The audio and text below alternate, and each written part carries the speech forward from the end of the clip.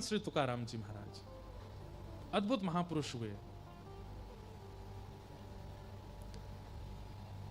तुकाराम जी की पत्नी अनुकूल नहीं थी, कथा सबको पता है। सब लोग इधर देखिए, ध्यान से सुनिएगा। तुकाराम जी की पत्नी अनुकूल नहीं थी। अनुकूल मतलब मन के मुताबिक। लड़ती थी, झगड़ा करती थी, डांटती थी, फटकारती थी, और कभी कभी ज्यादा गुस्सा आ जाता था तो श्री तुकाराम जी पर कुछ फेंक फांक भी देती थी। मारती थी ऐसा तो नहीं कहेंगे हम लेकिन वो एक प्रसंग है, गन्ना वाला प्रसंग। श्री तुकाराम जी सारे गन्ने बांटे आए गांव में, एक गन्ना बच्चा बस। पत्नी ने कहा इतने सारे गन्ने लेके गए थे, कितना रुपया कमा के लाए? बोले रुपया कमाने के लिए तो लेके गए थे, पर बीच रास्ते में बच्चों ने मांग लिया गन्ना दे दो, तो हम तो मुफ्त में ही बांटे आए। एक ही बच्चा है, बालक कम पड़ गए, नहीं तो ये भी चला जाता। पत्नी को गुस्सा आया, गन्ना लेकर के तुकाराम जी की एक पीठ पर दिया, सो दो हो गए। तुकाराम जी हंसने लगे, वाह मेरी पत्नी कितनी बुद्धिमान है। क्यों? मैं सोच रहा था एक ही गन्ना है, घर में खाने वाले दो, कैसे खाएंगे? इसने मार के दो कर दिए, ले एक तू खा एक मैं खाऊंगा। तो उनकी पत्नी अनुकूल नहीं थी, लेकिन वो उसकी हर स्थिति को स्वीकार करते थे। तो एक बार एक गांव का एक बालक गया तुकाराम जी के पास, और उसने तुकाराम जी से जाकर के कहा कि महाराज मैं आपसे एक बात पूछना चाहता हूं। बोले क्या? पूरा गांव जानता है, देहू पुणे के पास स्थान है देहू, जहां तुकाराम जी महाराज रहते थे। बोले पूरा देहू जानता है, सब गांव के लोग जानते हैं कि आपकी पत्नी बिल्कुल अनुकूल नहीं है आपके, उसका व्यवहार अच्छा। एक और बात है, श्री तुकाराम जी महाराज का ऐसा मैंने सुना भक्त चरित्र में कि उनका पहले ब्याह हुआ था, एक बेटा भी था, पर अकाल की वजह से पत्नी और बेटा दोनों की मृत्यु हो गई। फिर उसके बाद तुकाराम जी बिल्कुल सन्यासी महात्मा हो गए, लेकिन फिर किसी कारण से उनका फिर ब्याह किया गया। तो फिर जब पत्नी दूसरी आई, वो बड़ी तेज थी, बहुत शासन करती थी। तो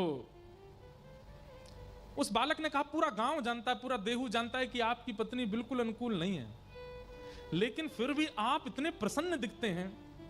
आप जब अपने घर से निकलते हैं तो हजारों लोग आपके दर्शन के लिए खड़े रहते हैं। अरे कहां तक कहें, भारत के सम्राट छत्रपति शिवाजी महाराज, वो आपके यहां जगह जगह जब आपका कीर्तन होता है तो पहुंचते हैं और ससम्मान आपका इतना आदर करते हैं, इतना सम्मान करते हैं।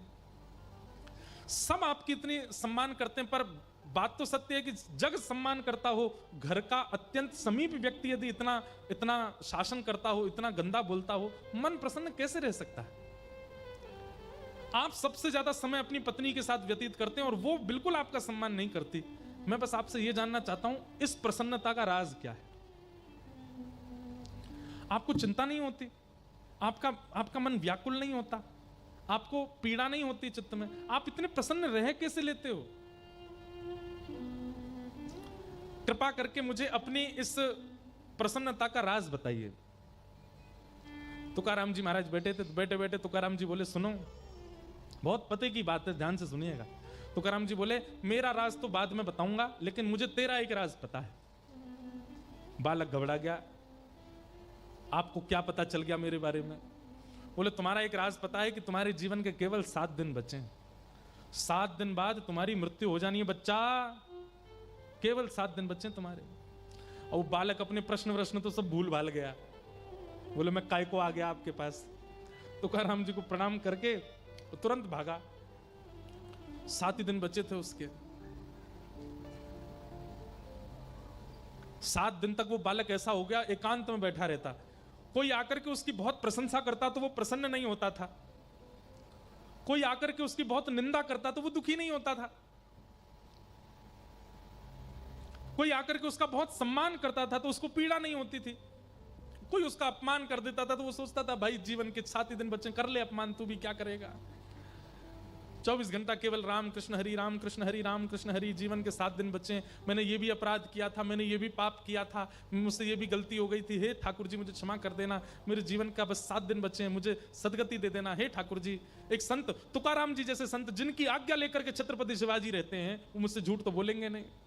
मेरे जीवन के 7 दिन बचे हैं, नाथ मुझ पर कृपा करना। 7 दिन बीत गए। जैसे ही 7वां दिन प्रारंभ हुआ, सुबह स्नान ध्यान करके ठाकुर जी की सेवा करके, और दिन तो तिलक लगाता था, पर आज तो वो पूर्ण रूपेण द्वादश तिलक आदि करके और बिल्कुल गया और जाकर के श्री तुकाराम जी महाराज के चरणों में प्रणाम किया। भगवान, आज मेरे जीवन का अंतिम दिन है, 7वां दिन है, मेरी मृत्यु होने वाली है। आपने बताया था 7वें दिन मृत्यु होगी। तुकाराम जी बोले, अच्छा बेटा, इन 7 दिनों में तुमने क्या किया? तीसरे दिन तुमने कौन सी सब्जी खाई थी? बालक बोला, मुझे याद नहीं, माँ ने क्या बनाया था, बस मैंने खा लिया। अच्छा, तीसरे दिन की छोड़ो, कल रात्रि को तुमने क्या खाया था? बोले, मुझे बिल्कुल याद नहीं है।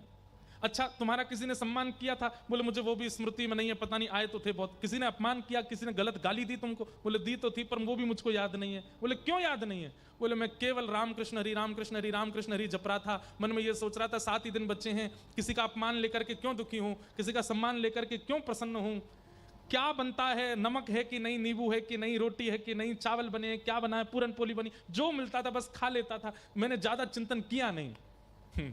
तुकाराम जी बोले, यही मेरे जीवन का राज है, मैं कुछ चिंतन नहीं करता, मैं हर दिन को अपना अंतिम मानता हूं, मुझे बस यही लगा रहता है कि मेरे कभी भी प्राण जा सकते हैं।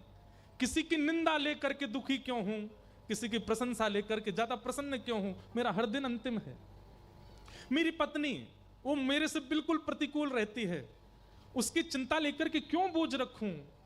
वो घर में रोटी देती है तो खा लेता हूं, नहीं देती तो भी प्रसन्न रहता हूं, क्योंकि मुझे ये सब चीज मेरी चिंता का विषय है ही नहीं। मेरी चिंता का विषय तो एक है कि मेरे प्राण गए और कहीं मैंने पंडरीनाथ को नहीं देखा तो मैं प्राण कैसे त्यागूंगा। इसी चिंता में, इसी चिंतन में लगा रहता हूं। इसलिए मुझे संसार के किसी भी सम्मान से, अपमान से, आपत्तियों से, विपत्तियों से, अनुकूलता से, प्रतिकूलता से कोई फर्क नहीं पड़ता, मैं प्रसन्न रहता हूं।